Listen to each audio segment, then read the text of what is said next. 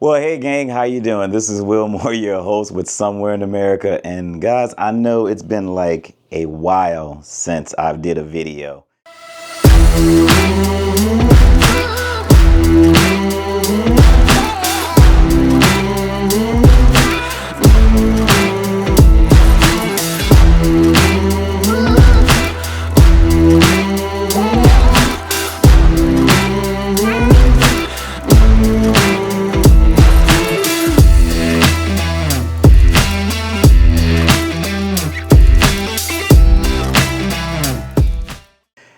I know I had posted up that I was going to try to utilize every camera I had, and I took that post down because if you go back and look at all my videos, I thought about it, I was like, you've actually seen me use every camera that I have. I'll visit more that kind of subject a little later on as it gets warmer. I'm sorry guys, I haven't been more vocal, I haven't done any videos. It's because I mean, really honestly, it's been so cold and I just haven't had the inspiration, hasn't been there. And I don't want to, not share things with you in the way of photography. So today I decided to do a video. And the reason why I'm doing a video, because I'm venturing into something that I have actually never done before. I had been thinking about it. I've been talking about doing it, and it is in the way of large format. Now, it's cold outside, and I really don't want to go out and get in the car and try to find a composition. So I'm going to test this camera out because I've had it for a while and I haven't even used it, but I'm going to test it out, and I'm going to test it out in a place I can get to real quick, and that's my garage. Okay. Now my garage has a whole lot of stuff in it, and it's also slash my pottery studio because I do pottery. So I'm going to go ahead and I'm going to meter up and I'm going to test it out and see exactly what I can get out of it and see how well this camera do. So be patient with me because I'm going to go ahead and I'm going to get set up. I got a new tripod. The camera that I'm going to be using is the Horseman 45F. And it's a really cool, compact type of 4x5 large format camera. And I really like it. So I got it at a good price. I got the lens that came with it, everything. So I'm going to test this thing out. I'm going to set it up and then we'll go from there. I'm going to be using some HP4 film, black and white film today. I think the box speed on it is 125. So we're going to be metering for it with my Sekonic. I got a great deal on this right here. I've been wanting a Sekonic light meter like this, spot meter, for like the longest time. And generally, you guys know that these things generally run about maybe $400 or $500, sometimes $600, can go up to $800. Well, I got mine for only $200, $220. Friends of mine at the camera shop, Jack's Camera. If you ever in the Exton area in Pennsylvania, stop by there, tell them Will sent you. They're great people, great hometown hospitality, great small business. And I'm not gonna go there about small businesses because I love small businesses, and there's somebody else who loves small businesses too, but didn't quite make it to the prospective place that they should have made it to. But I'll leave that alone. So I'm going to go head out to the garage and I'm going to get set up and then I'll meet you out there. So talk with y'all guys in just a hot second. Okay guys, so I'm out here in my garage, and as you can see, this is pretty much what the, let me make sure I can turn this. There we go. This is pretty much what you're looking at, and right here is what I'm going to actually be shooting. I like the way the sun comes in my garage, and it's actually better at the golden hour, the way the sun actually comes in and it hits everything in here. So I'm gonna take a meter. I'm gonna take a meter with my light meter, with my spot meter. And when you're spot metering, when you're spot metering, you want to meter for the. It's going to keep on coming on. That's funny. It's going to keep the light in my garage is going to keep on coming because it's a motion sensor. But when you meter for the with your spot meter, you generally want to try to meter for the shadows and everything. So now this is my camera right here. This is the camera. I've already set it up. I've already went ahead and focused. And when you're focusing with this, you want it's really, if you haven't done 4x5 or any large format photography ever before, what you want to do is that you want to kind of remember your steps. You want to do everything in steps. So the first step I do is I just set up the camera. As you can see, it's kind of compact. I set up the camera. The second thing I want to do is go ahead and pull out the billow, go ahead and attach the lens, and then I'm going to be utilizing as a top core f150 millimeter lens, and it's a 5x6. Okay. So after I do that, what I do is that I go ahead and I cock the shutter, and then I open up. I cock the shutter, and then I open up the shutter so that I can go ahead and focus from the back. And so when I'm focusing, I'll utilize a couple of things. I'll use a dark bag, and I will use my loop, so to make sure that everything is sharp. Now, once I have gotten everything right where I want it to be, I don't want to touch this camera anymore. I'm definitely going to be using a cable release, which you see right here, but I don't want to use, you want to make sure that you're on a good sturdy tripod. And I've just gotten this new tripod. It's by iFootage, and I really, really like it. It's I got a good deal on it. I can't remember it was just a good deal on it. And if you can find, and you can use any tripod, but you just want to make sure that it's a good sturdy tripod. If you get some of the larger format, cameras that take, some really, really large, pieces, they can get pretty heavy. You want to make sure that you definitely got a good sturdy tripod. Also, too, something you might want to remember, here's a key. Remember, I don't give tips, I give keys. Is that from what I'm gathering is that when you're out and about doing landscapes or whatever you're doing, you really don't want to have a lot of wind.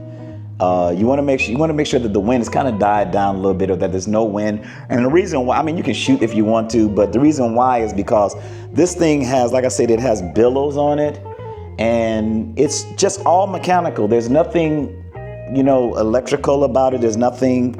It's all just a mirror, ground glass, and lens, and it's all mechanical. And you want to make sure that that the wind is not moving this in any kind of way, because of course your image will come out kind of blurry. So what I got my film. Now, the type of film that you want to use, you're using 4x5 film for this particular one, and you have these cartridges. And with these cartridges, you have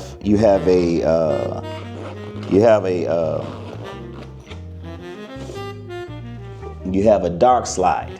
You have a dark slide in here. Now, if you notice here with mine, you see I have like gray here and gray there. And then you have these little latches right here. So you would put the dark slide in. And that's the reason why I closed the shutter, because I don't want the film exposed already. So I will put the dark slide in and go ahead and get ready to shoot.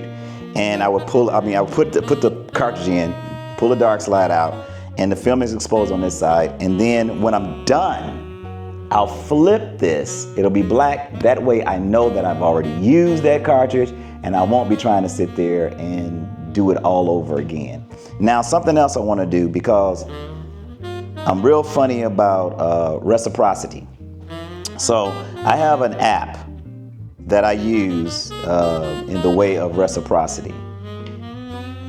And let me see here. So, And what it does is that it's an exposure assist. And so since it said that it's going to be 15 seconds, I'm going to see exactly. So it's giving me at 15 seconds at 125, it's giving me that I need to be at 30.3 seconds. So what I'm going to do is I'm going to change this over into bulb mode, and I'm going to utilize the bulb mode. I'm going to hold down the button on the cable release, and then we'll go from there. So let me do, the first thing I'm going to do is I'm going to go ahead and put this in.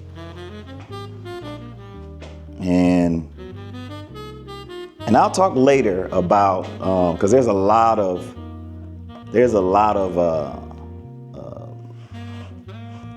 there we go. Okay.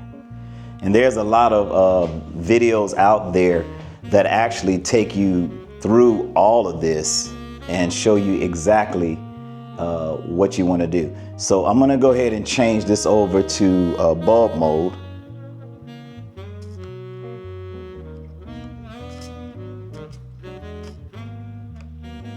Because I'm going to be manually doing this instead of just doing the regular 15 seconds in here.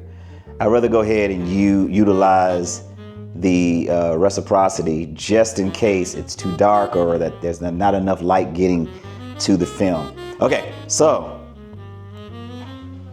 I got my exposure time ready. It's 30.30 seconds. It sounds an alarm for me to stop it. Real easy. You can download this, and like I said, it's exposure assist. I don't know if you guys can see it. There you go, exposure assist. Okay, good app, pretty good app. I'll put a link down in the description. Okay, I started the timer, and I can get ready to go. So what I'm gonna do first, let's go ahead. Let's make sure everything is in there. And I'm going to remove. Let's go ahead and remove the dark slide.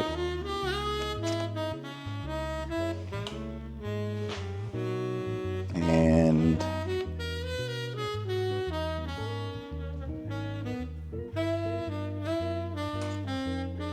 start the timer.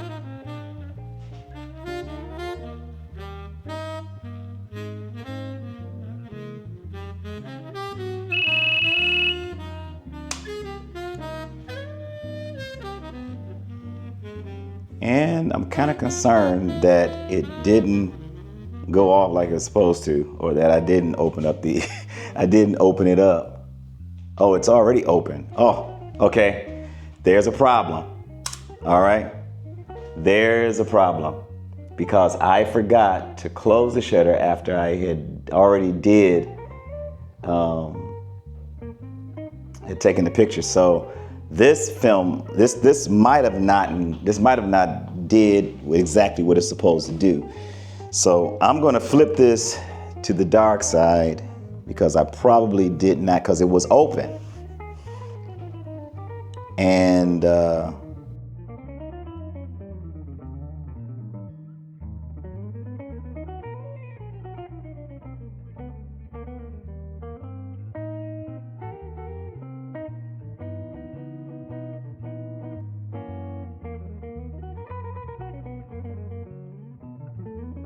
so I think I was supposed to, oh, I know what was wrong, is that I needed to put it on manual to do it. So let me put this on manual. And then I'm gonna go back to bulb mode.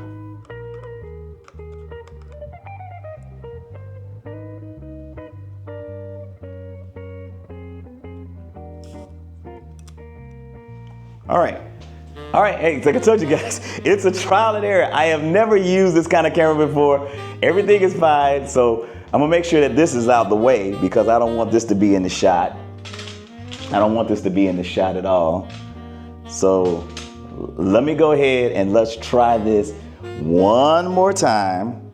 I'm gonna try this one more time, and I'm gonna go ahead and let's take the dark slide out. And I'm gonna go 30 seconds again. Here we go.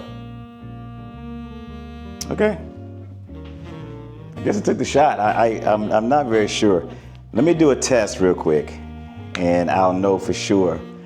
So I'm gonna put the dark slide back in because I don't want to ruin any film. So I'll make sure that this is the black side and the black side out.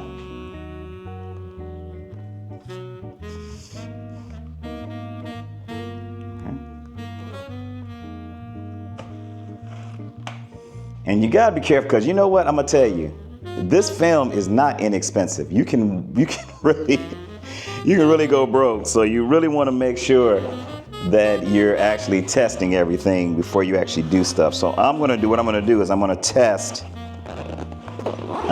real quick, just to make sure.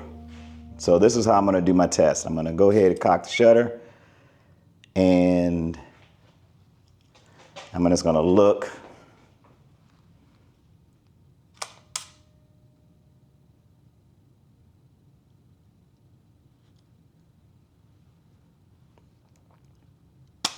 Yep.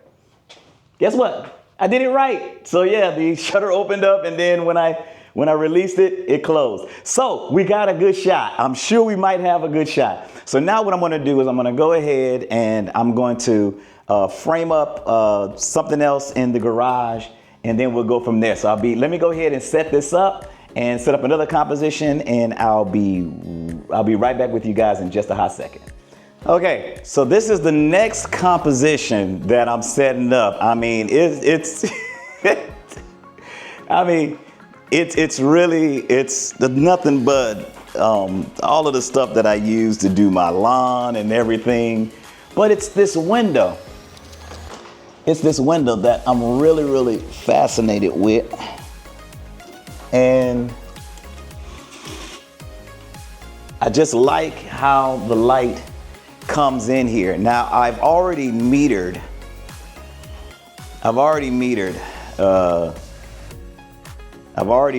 for the light. I'm going to meter again because I just opened up that window, and so I'm going to go ahead and take another spot meter in the shadowy area, and I think I'll take it in that area right there. Okay, so it's giving me at F11, it's giving me 2 seconds. So if I was to compensate for reciprocity, saying 2 seconds, so it's saying 2.4 seconds. So as you get closer to 1.1 second, you really don't have to compensate too much for reciprocity, and I can take it off of bulb mode and actually do that. But I'm gonna go ahead and I'm gonna see if I went, okay, I'm gonna go F22 and I'm gonna do 8 seconds. So at doing 8 seconds, I'm gonna definitely have to compensate for reciprocity, and it's gonna give me 13.7. So I'm gonna do F22, it's gonna be 8 seconds. I'm gonna be at 13.7 seconds. Remember, it's metering at 8, but I'm going to have to compensate for reciprocity, and so we'll work it out from there. So let me go ahead, and I got the film already in the cartridge, and let me go ahead and open it up, and let's go ahead and shoot. That's what I need to do. Go ahead and shoot. Now, one of the things you guys might really, really want to understand about this is that it is definitely a type of photography that slows you down.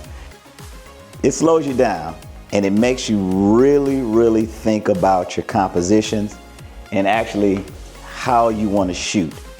So you got to really think about these things. Okay, so I'm going to go ahead and get shooting right quick. So like I said, it's going to be F22 at 13.7 seconds. And I'm already there. I should already be ready to go. And I'm going to go ahead and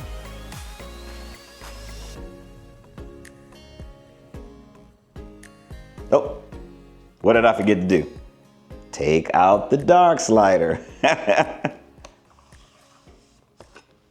Gotta expose the film. All right, and everything is, okay, everything is hunky-dory. The shutter's already cocked, and I'm ready to go. So let's go ahead.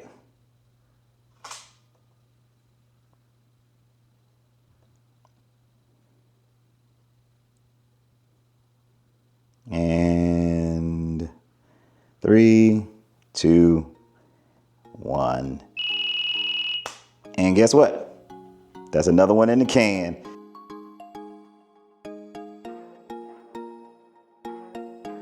So let's go ahead and put the dark slide. Remember, the black slide. Let's put the black slide there so we know that we've already shot.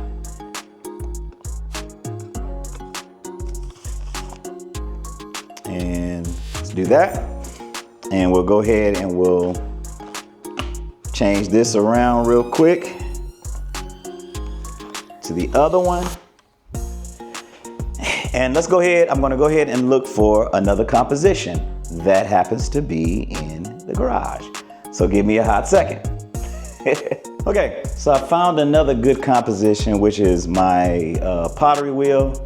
And I like the way the shadows are coming in through the window, which I'm looking at this window and I need to fix the screen on the window on the outside. But I like the way the shadows are coming in across the way it's looking, and how even my bikes here are kind of sneaking into the frame, and my lawnmower and everything, and how all the tools on the back in the kiln. It's just a hodgepodge, but it's a really nice little setup, and I'm really digging the setup here.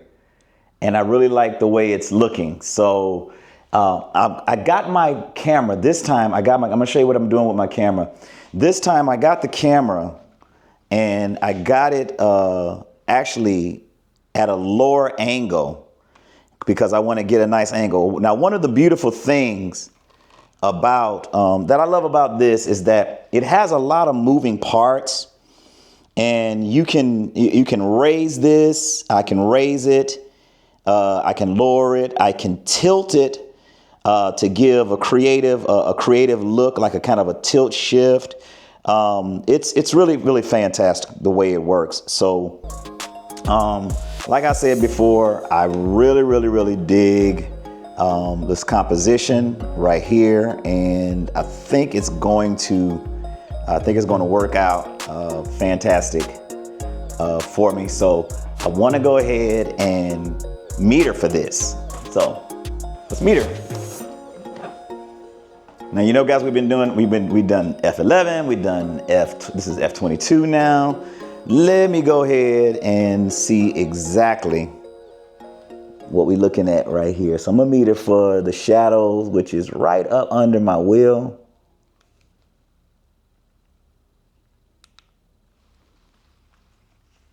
Sorry, wrong way. Meter right up under my wheel.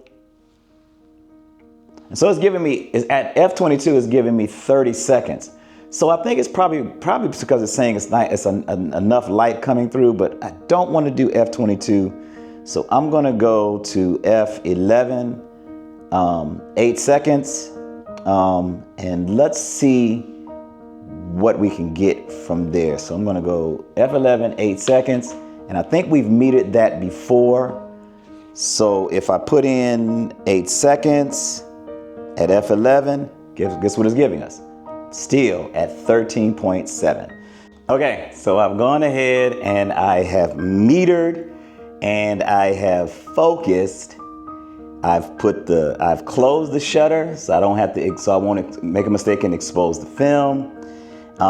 Something too that you might want to remember is that when you're looking at the ground glass in the back, one of the things I love about this Horseman is that the little back door, it can flip up and you have like something that kind of like, you don't really need a sheet, a dark sheet to cover you to look inside because it has like a little hood.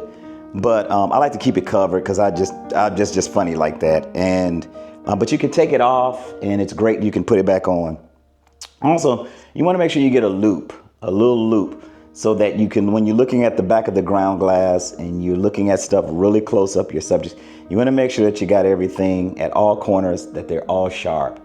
And that's the reason why I'm actually going at f11, because I want to make sure that everything, of course, is all sharp. And 5, 4, 3, 2, 1. And that is it right there. And guys, that is actually a wrap.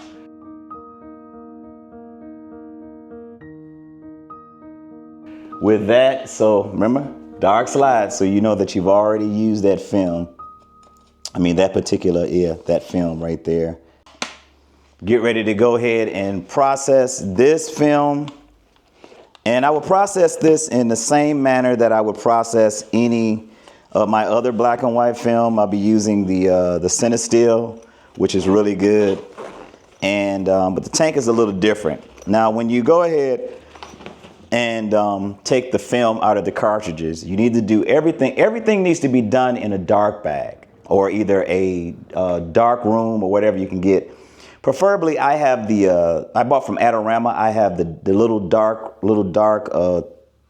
tank that I can put my hands through, and I'll be able. And I have a lot of room in there to be able to take there.